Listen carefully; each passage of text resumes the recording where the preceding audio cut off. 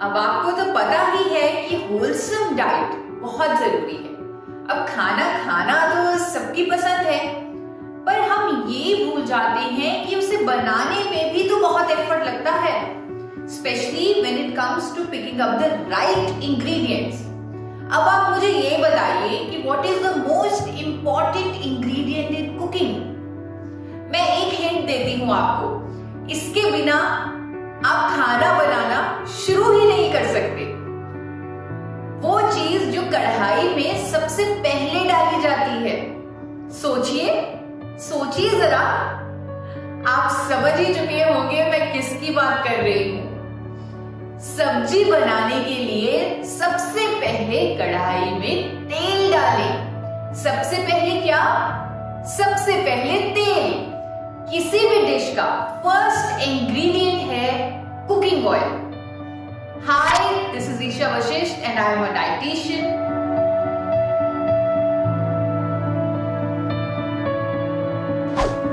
आप समझ ही चुके होंगे कि आज हम तेल यानी कि कुकिंग ऑयल की बात करने वाले हैं, क्योंकि कुकिंग ऑयल को लेके काफी ज्यादा कंफ्यूजन है।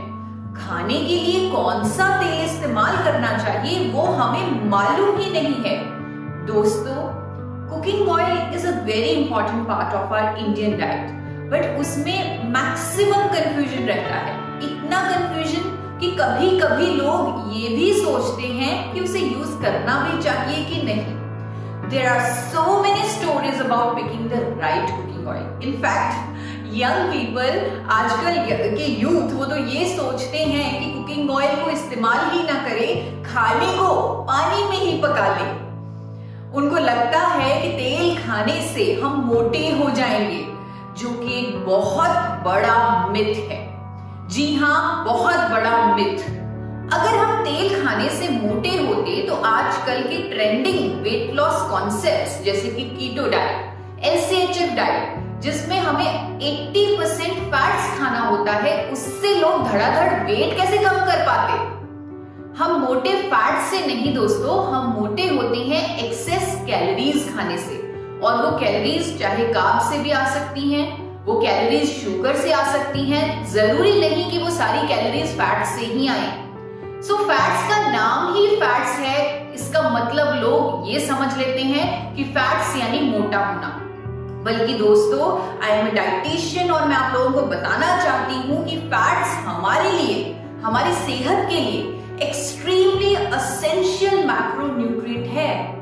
दोस्तों, अगर आप फैट्स और ऑयल्स अप्रोप्रिएट अमाउंट में नहीं ले रहे तो आप अपनी सेहत के साथ बहुत बड़ा खिलवाड़ कर रहे हैं।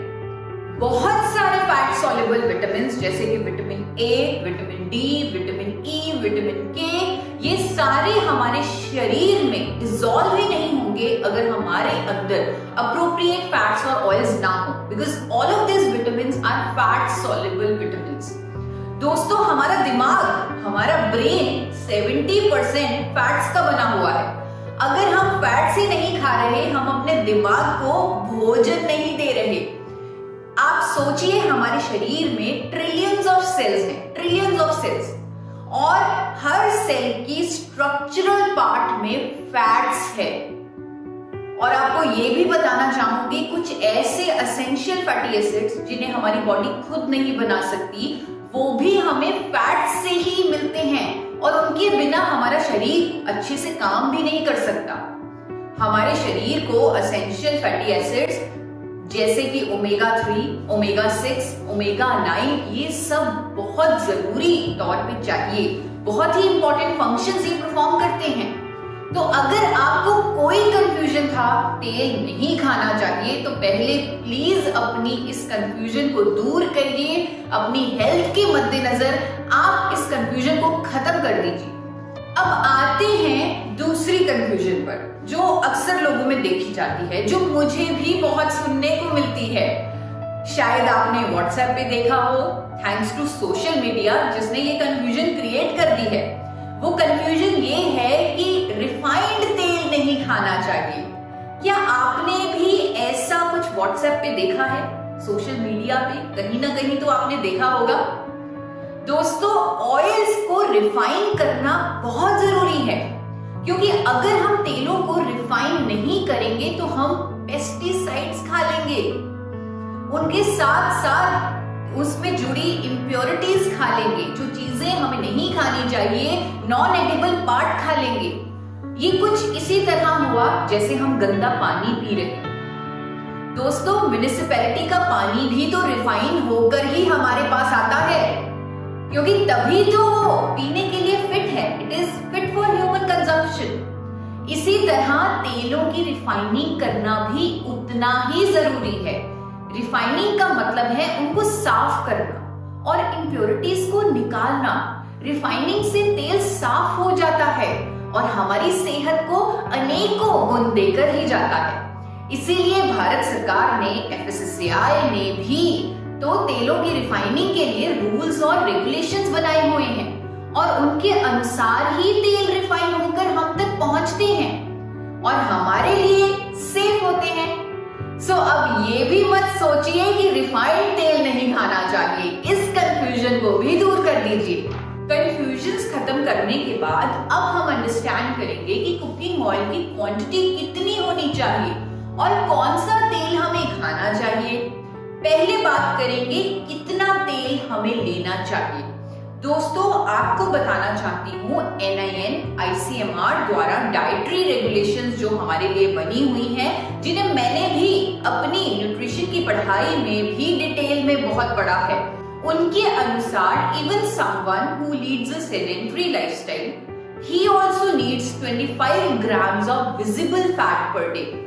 उसे हर रोज 25 ग्राम फैट लेना ही चाहिए and that quantity can go up to 40 grams अगर वो फिजिकल एक्टिविटी करता है। ये क्वांटिटी बच्चों के लिए 30 ग्राम से लेकर 50 ग्राम तक भी हो सकती है। तो दोस्तों, अब हमें पता चल चुका है कि कितना फैट हमें लेना चाहिए। अब हम बात करेंगे कौन सा तेल हमें खाना चाहिए। मार्केट में बहुत सारे कुकिंग ऑयल हैं और हर रोज एक नया फिल्म स्टार आता है, हमें कहता है कि हमारे दिल के लिए ये वाला तेल अच्छा है, हमारी इम्यूनिटी के लिए ये वाला तेल अच्छा है। और ऑप्शंस भी इतने सारे कि चूज करना तो मुश्किल है। सोयाबीन ऑयल से लेकर सरसों के तेल तक, cotton seed oil, sunflower oil, safflower oil, coconut oil, groundnut oil, ना जाने कितने ब्रांड्स हैं मार्केट में तेलों के। आज हम इस कंफ्यूजन को दूर करेंगे और मजे की बात ये है कि कंफ्यूजन मैं नहीं, आप खुद दूर करेंगे। मैं सिर्फ आपको कुछ थंब रूल्स, कुछ प्रिंसिपल्स बताने वाली हूँ जिनको समझकर आप खुद डिसाइड करेंगे कि कौन सा तेल इस्तेमाल करना चाहिए। देखिए दोस्तों, कौन सा फैट्स लेना है, कंफ्यूजन के चलते national institute of nutrition Hyderabad और वर्ल्ड हेल्थ ऑर्गेनाइजेशन ने एक वर्कशॉप की और लोगों को सही दिशा दिखाने की कोशिश की। टाइम टू टाइम वो डाइटरी रेगुलेशंस, गाइडलाइंस देते रहते हैं ताकि किसी से कोई भी गलती ना हो। दोस्तों, हर तेल में 3 तरह का फैट होता है, जिसे हम सफा, कुफा और मुफा यानी कि सैचुरेटेड फैट, पॉलीअनसैचुरेटेड फैट और मोनोअनसैचुरेटेड फैट भी कहते हैं। इन तीनों को as per WHO and NIN हमें एक रेशो में लेना होता है। अगर रेशो की बात करें तो टू बी एग्जैक्ट इस रेशो में जो स्क्रीन पर आपको दिख रही है उसी में लेना होता है। यानी कि अगर हम रेशो को ध्यान से देखें, हमें तीनों तरह के फैट्स को बैलेंस मात्रा में, बराबर मात्रा में लेना है। मुफा को हल्का सा ज्यादा लेना है। रेशो देखकर आप घबराएं नहीं, आज हम सारे प्रिंसिपल सीख लेंगे और इस रेशो को एग्जैक्ट मैच भी कर लेंगे। मैच करना जरूरी है दोस्तों, क्योंकि हजारों साइंटिस्ट और मेडिकल फ्रेटर्निटी ने मिलकर इस रेशो को बनाया है, इन डाइटरी गाइडलाइंस को ले डाउन किया है, क्योंकि इन तीनों फैट्स का अपना अपना रोल है, अपने अपने फंक्शंस हैं हमारे शरीर में और इन्हें इसी तरह इस रेशो में वो मिलेंगे। तो अब मार्केट में तो इतने सारे तेल हैं, किसी में सफा ज्यादा है यानी कि सैचुरेटेड फैट ज्यादा है, किसी में पुफा फैट ज्यादा है यानी कि पॉली अनसैचुरेटेड फैट ज्यादा है, और किसी में मोनो अनसैचुरेटेड फैट यानी कि मुफा बहुत ज्यादा है। कैसे रेशो को मीट करें और क्या होगा अगर हम रेशो में गड़बड़ी कर देंगे? उदाहरण के तौर पे आपको बताती हूँ, जितने भी थिक ऑयल्स हैं, गाढ़े तेल हैं, जैसे कि देसी घी, मक्खन, इनमें सैचुरेटेड फैट बहुत ज्यादा होता है, because saturated fat is solid in nature. जो जितना एक तेल गाढ़ा आपको दिखेगा, आप समझ लीजिएगा कि उसमें सैचुरेटेड फैट बहुत ज्यादा है। अगर हम आज के लाइफस्टाइल के अनुसार देसी घी खाना शुरू कर दें, यानी कि ज्यादा सैचुरेटेड वाला तेल हम खाना शुरू कर दें, तो क्या होगा? तो दोस्तों, हमारा कोलेस्ट्रॉल बढ़ जाएगा, हमें हार्ट प्रॉब्लम हो जाएगी। This is because saturated fat increases both HDL and LDL cholesterols in our blood. Both good and bad cholesterol it increases. लेकिन आपने लोगों को कहते हुए भी सुना होगा कि पुराने जमाने में तो हम देसी घी खाया करते थे, तब तो कुछ भी नहीं होता था।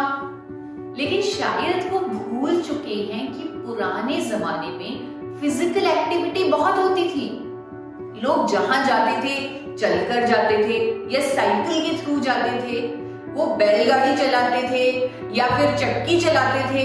इतनी ज्यादा फिजिकल एक्टिविटी होती थी कि जिसकी वजह से देसी घी जो एलडीएल कोलेस्ट्रॉल पर इंपैक्ट डालता था, यानी जो बुरे कोलेस्ट्रॉल को बढ़ा देता था, वो इन एक्टिविटीज के कारण न्यूट्रलाइज हो जाता था। इवन पुराने जमाने में लोग फाइबर रिच डाइट खाते थे, वो फाइबर भी इस बुरे कोलेस्ट्रॉल के बढ़ाव को रोक देता था, इसके नेगेटिव इफेक्ट को खत्म कर देता था।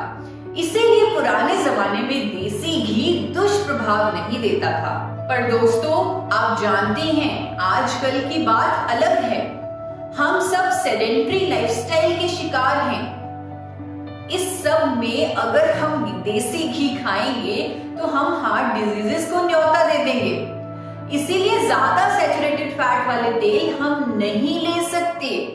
सो thumb rule number 1, restrict oils with very high saturated fats. अब बात करते हैं उन तेलों की जिनमें पॉली अनसैचुरेटेड फैट ज्यादा होता है, जैसे कि safflower oil, sunflower oil, corn oil, cotton seed oil, soybean oil. इन सब में पुफा फैट बहुत ज्यादा होता है। पुफा फैट ज्यादा होने से हमारा अच्छा कोलेस्ट्रॉल कम हो जाता है, क्योंकि पुफा फैट हमारे अच्छे और बुरे दोनों कोलेस्ट्रॉल को कम करता है। तो अगर हम ये पुफा वाले तेल खाएंगे तो हम अपना अच्छा कोलेस्ट्रॉल कम कर लेंगे दोस्तों। साथ ही साथ ये भी सामने आ चुका है कि लंबे समय तक अगर पुफा वाले तेल खाए जाएं तो लोगों को अर्थराइटिस की प्रॉब्लम हो जाती है। जी हाँ, बिल्कुल, साइंटिफिक कम्युनिटी इस बात का दावा कर चुकी है, बता चुकी है कि अच्छे कोलेस्ट्रॉल को कम करने के साथ साथ जोड़ों के दर्द की समस्या पैदा कर देता है PUFA rich oils. So thumb rule number 2 है, restrict oils with very high amounts of PUFA fats. अब बात करते हैं उन तेलों की जिनमें मुफा फैट ज्यादा है। आजकल लोग सरसों का तेल बहुत ज्यादा खा रहे हैं और उनको लगता है कि सरसों का तेल हमारे लिए बहुत अच्छा है। इस तेल में मुफा फैट काफी ज्यादा होता है, और मुफा फैट एक अच्छा फैट है जो हमारे बुरे कोलेस्ट्रॉल को कम करता है, लेकिन अच्छे कोलेस्ट्रॉल को कुछ भी नहीं करता, ना बढ़ाता है ना कम करता है। पर क्योंकि ये बुरे कोलेस्ट्रॉल को कम करता है, इसीलिए सब सरसों के तेल को यूज करना चाहते हैं। दोस्तों, जिस सरसों के तेल को हम लोग अच्छा समझ रहे हैं, आप हैरान रह जाएंगे जानकर, ये सुनकर कि इसके बारे में तो बहुत बड़ी कंट्रोवर्सी है, क्योंकि इस तेल में एक ऐसा कंपाउंड पाया जाता है जिसका नाम है इरूसिक एसिड। 35 से 55% erucic acid is present in Indian mustard oil. और आपको मैं दिखाना चाहती हूँ FSSAI यूके की एडिबल ऑयल्स की सेफ्टी गाइडलाइंस, जहां पर साफ साफ लिखा गया है कि किसी भी खाना पकाने वाले तेल में अगर 5% से ज्यादा एरोसिक एसिड है तो उसे खाने के लिए इस्तेमाल नहीं किया जा सकता। It is not fit for human consumption. दोस्तों, सरसों का तेल विदेशों में फॉर एक्सटर्नल यूज की स्टैंप के साथ ही बिकता है। उसे आप इंटरनल यूज नहीं कर सकते, एक्सटर्नल यूज ही करें। यानी उसकी मसाज कर ले, उससे मसाज कर सकते हैं, सर पर लगा सकते हैं, बॉडी पर लगा सकते हैं, लेकिन हाँ, इसे आप खा नहीं सकते। इसी तरह की गाइडलाइंस अमेरिका में भी हैं। मैं आपको इंडियन मस्टर्ड ऑयल की बोतल दिखाना चाहती हूँ जो बेची जा रही है इंटरनेशनल मार्केट में, यूएस में, कनाडा में, यूके में, और देखिए इस पर बिल्कुल सामने साफ साफ लिखा हुआ है फॉर एक्सटर्नल यूज ओनली, यानी कि सिर्फ मसाज के लिए इस्तेमाल करें, इसका खाने में इस्तेमाल मत करें। फॉर एक्सटर्नल यूज ओनली आपने अक्सर परफ्यूम्स की बॉटल्स पर, क्रीम्स पर देखा होगा, और क्रीम्स और परफ्यूम्स आप इंटरनल यूज के लिए इस्तेमाल नहीं कर सकते। तो आप समझ ही चुके हैं कि सरसों के तेल का क्या स्टेटस है इंटरनेशनल मार्केट में। बट दोस्तों, अनफॉर्चुनेटली टिल डेट हमारे देश में एरोसिक एसिड को लिमिट करती कोई भी रेगुलेशन नहीं है। हाँ, कई बार सरसों के तेल के दुष्प्रभावों पर मीडिया में चर्चा जरूर हुई है, जैसे कि आपके सामने ये 2003 का हिंदुस्तान टाइम्स का आर्टिकल आ रहा है, उसकी क्लिप है जिसमें लिखा हुआ है कि एरोसिक एसिड की वजह से सरसों के तेल को हार्ट अटैक्स, टैकीकार्डिया ऐसी बीमारियों से जोड़ा जाता है। टाइम्स ऑफ इंडिया में भी 2020 में ये आर्टिकल आया, ये न्यूज आई जो आपके सामने है, जो बात करती है कि सरसों का तेल खाने से गॉल ब्लैडर कैंसर तक होता है। ये सब कुछ आप लोगों के सामने ही है। सो थंब रूल नंबर 3 जो बहुत क्लियर है आपके सामने, restrict use of mustard oil. अब आजकल मार्केट में एक और कैटेगरी का सरसों का तेल आ चुका है, कनाडा से आया है, जिसमें एरोसिक एसिड कम है, और वो है केनोला ऑयल। केनोला ऑयल में ओमेगा 3 ज्यादा होने की वजह से बोला जाता है कि ये बहुत अच्छा तेल है। लेकिन दोस्तों, आपको बता देती हूँ, केनोला ऑयल जेनेटिकली मॉडिफाइड तेल है, जिसमें आर्टिफिशियल तरीके से एरोसिक एसिड की मात्रा को 2% कर दिया है, कम कर दिया है, जो ठीक है, लिमिट के अंदर आ चुका है 5% वाली, लेकिन वो जेनेटिकली मॉडिफाइड भी है। और तो और इस तेल में ओमेगा 3 बहुत ज्यादा होता है। अब ओमेगा 3 की नेचर आपको बताती हूँ। Omega 3 fatty acids, they are heat sensitive fatty acids. अगर इन्हें गर्म किया जाए, अगर उन तेलों में जिनमें ओमेगा 3 ज्यादा है उन्हें गर्म कर दिया जाए तो वो कार्सिनोजेनिक हो जाता है। इसके मुताबिक हम उसे रोज के फ्राइंग के लिए इस्तेमाल नहीं कर सकते। अब इंडिया में तो हमें तेल फ्राइंग के लिए इस्तेमाल करना ही होता है, हमें पराठे में तेल लगाना है, उसे तलना है, हमें पकौड़े भी फ्राई करके खाने हैं, संडे का दिन है तो हमें पूरी भी खानी है, सब्जी को तड़का लगाना है। यहाँ पर हम हमेशा ऐसा तेल ढूंढेंगे जिसमें ओमेगा 3 कम हो, ताकि हम तेल को गर्म कर सके। कैनोला ऑयल, सोयाबीन ऑयल जिनमें ओमेगा 3 ज्यादा है, उन्हें अपने भारतीय कुकिंग स्टाइल यानी कि तलने वगैरह के लिए हम इस्तेमाल नहीं कर सकते। एक और ज्यादा मुनाफा वाला ऑयल है जो काफी महंगा मिलता है, और महंगा होने की वजह से उसे हेल्दी भी बोला जाता है, वो है एक्स्ट्रा वर्जिन ऑलिव ऑयल। देखिए दोस्तों, extra virgin olive oil salad dressings के लिए ही इस्तेमाल करें, क्योंकि लो स्मोक पॉइंट होने के कारण उसे गर्म नहीं किया जा सकता। इंडियन कुकिंग स्टाइल के लिए एक्स्ट्रा वर्जिन ऑलिव ऑयल नहीं चलेगा। सो ये प्रिंसिपल भी आपको ध्यान में रखना है। Thumb rule number 4, choose oil with a very high smoke point and moderate omega 3। Thumb rule 5 है, जो तेल आप इस्तेमाल करें उसमें एंटीऑक्सीडेंट भी होने चाहिए ताकि जो खाना आप उस तेल में बनाएं वो जल्दी खराब ना हो, उसकी शेल्फ लाइफ ज्यादा हो। थंब रूल 6 की बात करूं, वो बहुत ही ज्यादा इंपॉर्टेंट थंब रूल है। Choose oil with appropriate proportion of all the 3 types of fats, SAFA, PUFA and MUFA, as per the recommendations. अब आपको ये तो पता है कि आपके तेल में तीनों तरह के फैट्स होना जरूरी है, क्योंकि तीनों तरह के फैट्स एक रेशो में लेना है। तो लोगों ने WHO और NIN की रिकमेंडेशंस को पूरा करने के लिए अपना तेल और ब्रांड हमेशा बदलना शुरू कर दिया। That is not healthy at all। तेलों को बदल बदल कर इस्तेमाल करना शुरू तो कर दिया, लेकिन इस चक्कर में लोग ब्रांड ही बदलते रहे, एक ही तरह का फैट लेते रहे और हेल्थ प्रॉब्लम्स में फंसते रहे। कहीं ना कहीं रिकमेंडेशंस को समझने में हमने ही गलती कर दी।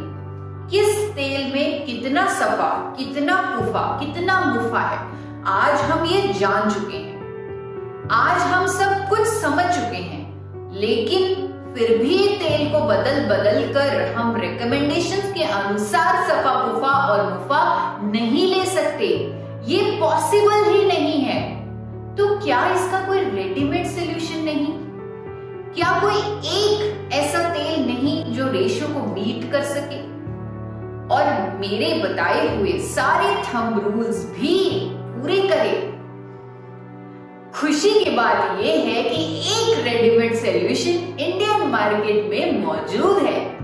सो दोस्तों, ऐसा कौन सा तेल है जिसमें ये सब कुछ पूरा होता है, जो सारे प्रिंसिपल्स को मीट करता है?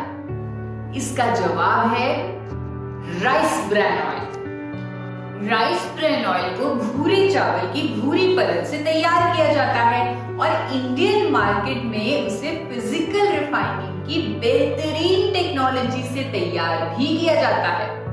Physically refined rice bran oil Indian market में मिल रहा है, जिस टेक्निक में बिना कास्टिक सोडा के इस्तेमाल से फिजिकल रिफाइनिंग करके राइस ब्रैन ऑयल को तैयार किया जा रहा है।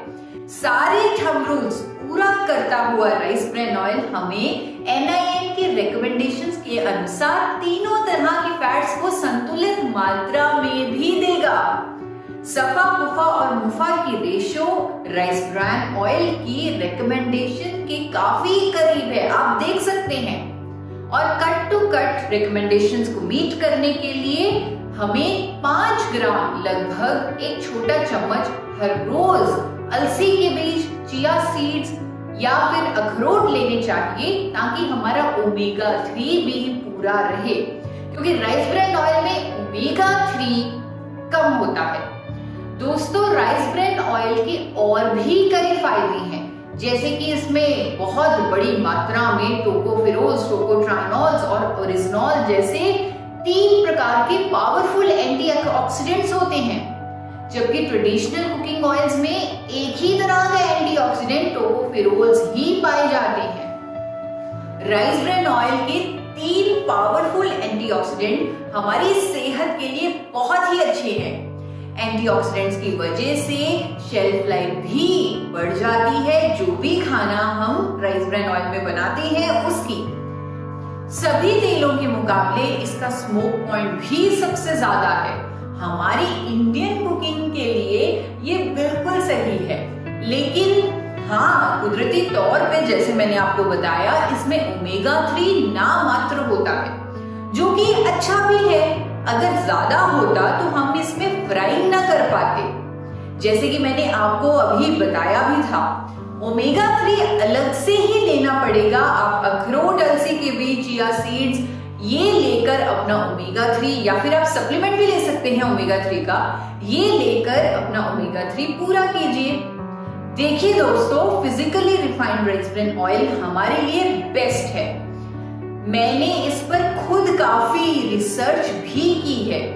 दोस्तों, जापान में इसे हार्ट ऑयल और अमेरिका में इसे हेल्थ फूड का भी दर्जा दिया हुआ है।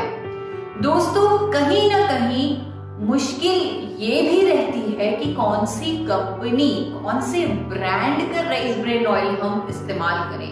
हम कंफ्यूज हो जाते हैं क्योंकि कितने सारे ब्रांड्स हैं और इवन ब्लेंड्स भी हैं।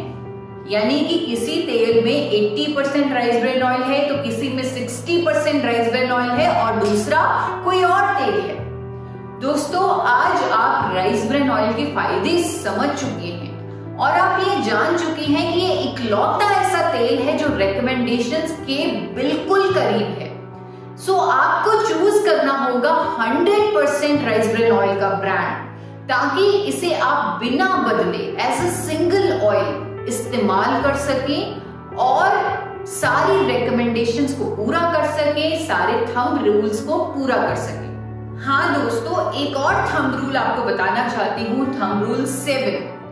आप जिस राइस ब्रेन ऑयल को चूज करेंगे, 100% राइस ब्रेन ऑयल को चूज करेंगे, उसमें चेक कीजिए कि उसमें ओरिजिनॉल की मात्रा कितनी है।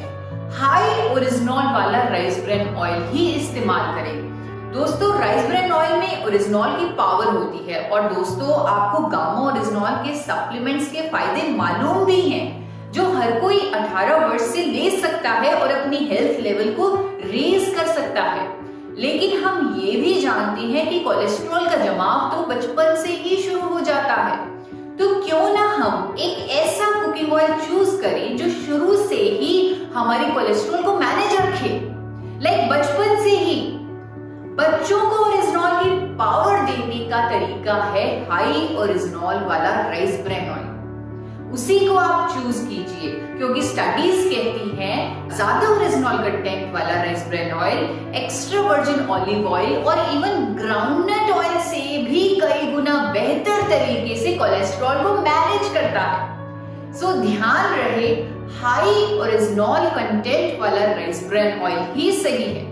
मार्केट में अनेकों ब्रांड्स में 10,000 ppm यानी 1000 mg से लेकर 14,000 ppm यानी 1400 mg तक का ओरिजिनॉल होता है। So higher is better to manage cholesterol from childhood. दोस्तों, very important thumb rule number 8, choose a manufacturer company which is following good manufacturing practices. आपका physically refined rice bran oil उस company द्वारा manufactured होना चाहिए जिसके पास international safety certifications हो, जैसे कि BRC सर्टिफाइड हो, जो यूनाइटेड किंगडम का सेफ्टी स्टैंडर्ड है, या फिर बेस्ट इज वो US FDA रजिस्टर्ड हो, रादर US FDA ऑडिटेड हो, क्योंकि जब ऑडिट हुआ होगा तब सब कुछ बारीकी से चेक ही हुआ होगा। इस पर आप खुद रिसर्च कीजिए, चाहे मैन्युफैक्चरर को कॉल करके पूछिए या फिर उनके वेबसाइट पर जाकर ढूंढिए, पर गुड मैन्युफैक्चरिंग प्रैक्टिसेस पर कॉम्प्रोमाइज मत कीजिए। इतनी से मेहनत तो आपको करनी ही होगी, क्योंकि कुकिंग ऑयल हमारी डाइट का महत्वपूर्ण हिस्सा है। चेक करने के लिए एक आसान तरीका ये भी है कि जिस राइस ब्रेन ऑयल के ब्रांड को आप चुन रहे हैं, क्या उसका मैन्युफैक्चरर USA, ऑस्ट्रेलिया, न्यूजीलैंड जैसे विकसित देशों को अपना प्रोडक्ट एक्सपोर्ट करता है। फिर आपका काम बन जाएगा, क्योंकि ऐसे देशों के सेफ्टी स्टैंडर्ड्स तो हमारे देश से कई ज्यादा स्ट्रिक्ट हैं, और अगर उस कंपनी का राइस ब्रेन ऑयल वो ले रहे हैं, दैट मीन्स वो कंपनी हर इंटरनेशनल सेफ्टी स्टैंडर्ड को फॉलो करती है। वेल फ्रेंड्स, आप सबके सब थंब रूल्स को फॉलो करके अपने और अपनी फैमिली के लिए बेस्ट डिसीजन ही लें। दोस्तों, आई एम श्योर आज का वीडियो आपके लिए बहुत नॉलेजेबल रहा होगा। ऐसे ही और fact based eye opener videos पाने के लिए इस चैनल को सब्सक्राइब करें और इस वीडियो को ज्यादा से ज्यादा शेयर